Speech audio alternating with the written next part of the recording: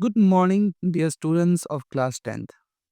तो आज के इस वीडियोस में हम सभी एक्सरसाइज 2.2 के क्वेश्चन नंबर 1 के पार्ट 1 को सॉल्व करने वाले हैं। क्वेश्चन नंबर 1 है हमारा, find the zeros of the following quadratic polynomials and verify the relationship between the zeros and the coefficients. ठीक है, तो हमें जीरोस निकालना है सबसे पहले, और जीरोस की बातें हम लोग क्वेश्चन नंबर 1 ऑफ एक्सरसाइज 1.1 में भी बात किया था। ठीक है, जहाँ पे हमने जाना था कि ज़ीरोज़ हमारे सॉल्यूशंस होते हैं। किसी भी क्वाड्रेटिक पॉलिनोमियल्स के जितने भी सॉल्यूशंस आएँगे, उसी सॉल्यूशंस को हम ज़ीरोज़ कहेंगे। ठीक है? तो सॉल्यूशंस को हम लोग ज़ीरोज़ को जनरली हम लोग अल्फ़ा और बीटा से डिनोट करते हैं। ठीक है? तो आपको याद रखना है, ज़ीरोज़ को हम डिनोट करेंगे अल्फ़ा और बीटा से। और क्वाड्रेटिक पॉलिनोमियल क्या होता है? तो कोई भी ऐसी पॉलिनोमियल जिसमें उसकी वैल्यू जो पावर है वो 2 हो, तो उस तरह के पॉलिनोमियल को हम लोग क्वाड्रेटिक पॉलिनोमियल्स कहते हैं। और साथ ही साथ हमें वेरीफाई करना है relationships between the zeros and the coefficients. जो अल्फा और बीटा आएगा, उनका कोफिशिएंट के साथ क्या रिलेशनशिप्स है। तो हम लोग वेरिफिकेशन भी देखेंगे, ठीक है, और इसके जीरोस को भी फाइंड करेंगे। तो चलिए क्वेश्चन नंबर 1 सॉल्व करते हैं। क्वेश्चन नंबर 1 है हमारा, x square minus 2x minus 8।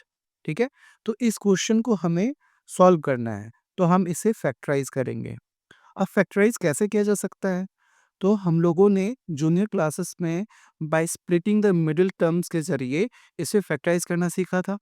ठीक है, जहाँ पे हम a means coefficient of x square और c दोनों को मल्टीप्लाई करते थे, और मल्टीप्लाई करने के बाद दोनों को प्राइम फैक्टराइज करते थे, और प्राइम फैक्टराइज करने के बाद जो हमारी वैल्यूज आती थी, उस वैल्यूज को ऐसे ऐड या सब्ट्रैक्ट करते थे कि हमारे b आ जाए, मीन्स कोफिशिएंट ऑफ x आ जाए, राइट। और उसे उसी पैटर्न में लिख दिया करते थे। तो चलिए देखते हैं। By splitting the middle term लिखेंगे, bye splitting the middle term। ठीक है, क्या करते थे, a और c को मल्टीप्लाई करते थे। यानी कोई भी हमारा जब जनरल फॉर्म होता है वो A X square plus B X plus C के फॉर्म में होता है, जहाँ पे a और c को हमने मल्टीप्लाई करना था। तो a यहाँ पे कुछ नहीं दिया हुआ, तो 1 होगा। ठीक है, 1 और 8 को मल्टीप्लाई करने के बाद हमारा 8 आता है, और 8 को इस तरह से प्राइम फैक्टराइज करना है कि हमें सब्ट्रैक्ट करने पे या ऐड करने पे b आ जानी चाहिए। तो b हमारा 2 दिया हुआ है, तो 2 और 4 है हमारा। ठीक है, तो 4 में से अगर 2 को माइनस करते हैं हम सभी, तो हमें 2 आ जाएगा। पर साथ ही साथ हमें साइन का भी ध्यान रखना होगा। तो 4 अगर हम माइनस कर दें, 2 को प्लस कर दें, तो 4 में से 2 जाएगा तो क्या होगा, -2 आ जाएगा। -4 में से 2 जाएगा तो ठीक है, उसके बाद हम लिख देंगे, तो x square minus 4x plus 2x, है ना? इसके साथ x जोड़ देना है, b वाले कोएफ़िशिएंट जोड़ देनी है, ठीक है? -4x प्लस 2x हमारा -2x हो जाएगा, और इन दोनों को इस तरह से मल्टीप्लाई करना है कि हमारा 8 आ जाए, यानी AC आ जाए, ठीक है? तो 4 2 ज़ा 8 भी होता है ना? तो हमें कन्फ्यूज़ नहीं होना है, क्योंकि -4 2 ज़ा -8 होगा, राइट? तो हम लोगों ने इसे स्प्लिट कर दिया। स्प्लिट करने के बाद हमें क्या करना है, ठीक है? पेयरिंग करनी है। क्या करनी है? पेयरिंग करनी है। 2-2 की पेयरिंग करनी है। पेयरिंग करने के बाद हम क्या करेंगे, इनमें से कोई कॉमन वैल्यूज़ होंगी, उन्हें बाहर ले लेंगे, कॉमन ले लेंगे, ठीक है? तो यहाँ पे एक्स स्क्वायर है, यहाँ पे भी -4x है। तो कोई तो कोएफ़िशिएंट है नहीं इधर, तो हम एक्स को ले सकते हैं कॉमन। जैसे ही हमने एक्स को कॉमन लिया, क्या एक्स में ऐसा मल्टीप्लाई किया जाए कि वो एक्स स्क्वायर हो जाएगा? तो एक्स में एक्स को ही मल्टीप्लाई करने पे एक्स स्क्वायर होता है, और इधर क्या बच गया हमारे पास, एक्स इंटू -4 हमारा -4x हो जाएगा, ठीक है?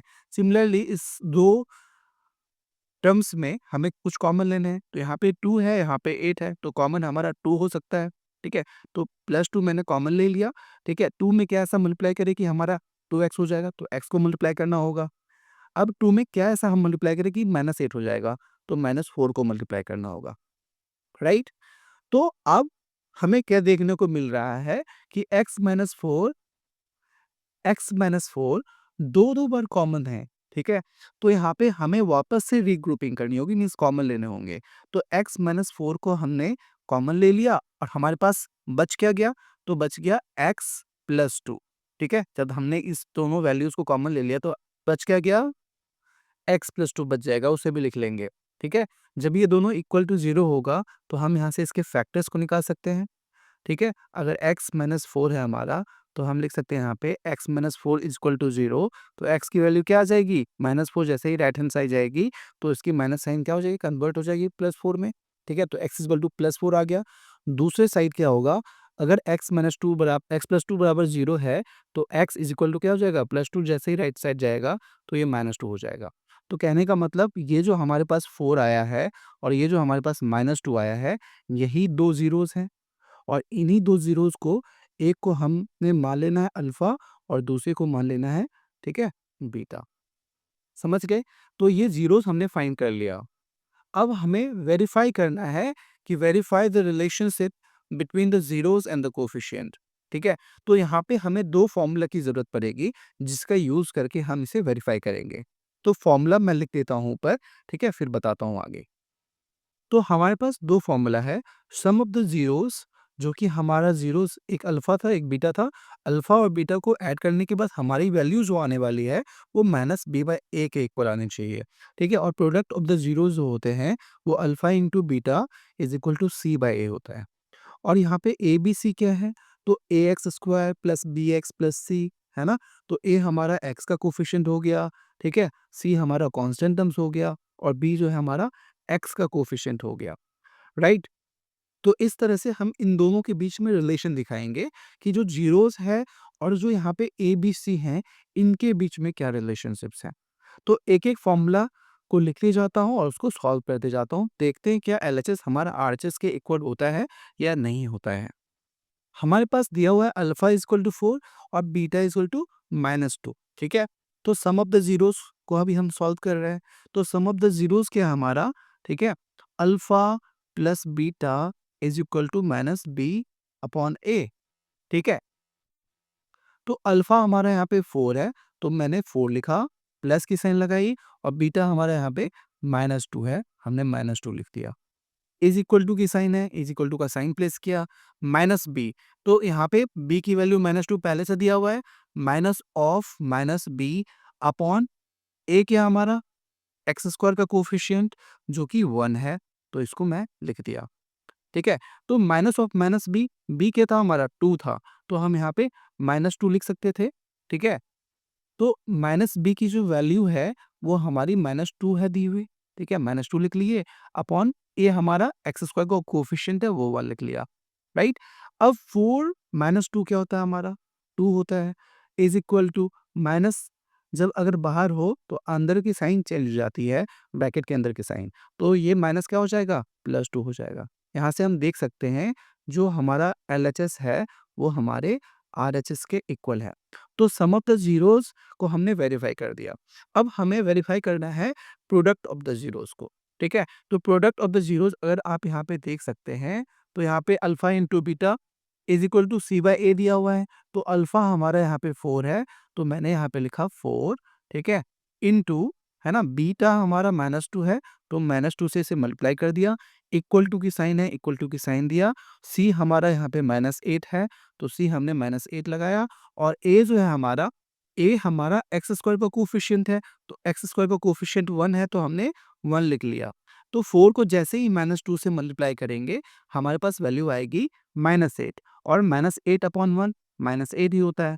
तो हम कह सकते हैं कि जो हमारा एलएचएस है और आरएचएस है, बिल्कुल इक्वल हैं, ठीक है? इस तरह से हमने इस पार्ट को सॉल्व कर लिया, ठीक है? तो कोएफ़िशिएंट और ज़ीरोज़ के बीच के रिलेशनशिप्स को भी हमने दिखा दिया और ज़ीरोज़ स्प्लिटिंग मेथड से हमने फाइंड करना भी सीख लिया। तो इस क्वेश्चंस को सॉल्व करने का तरीका यही है। आशा करता हूँ हमारी ये वीडियोज़ आपको अच्छी लगी होगी।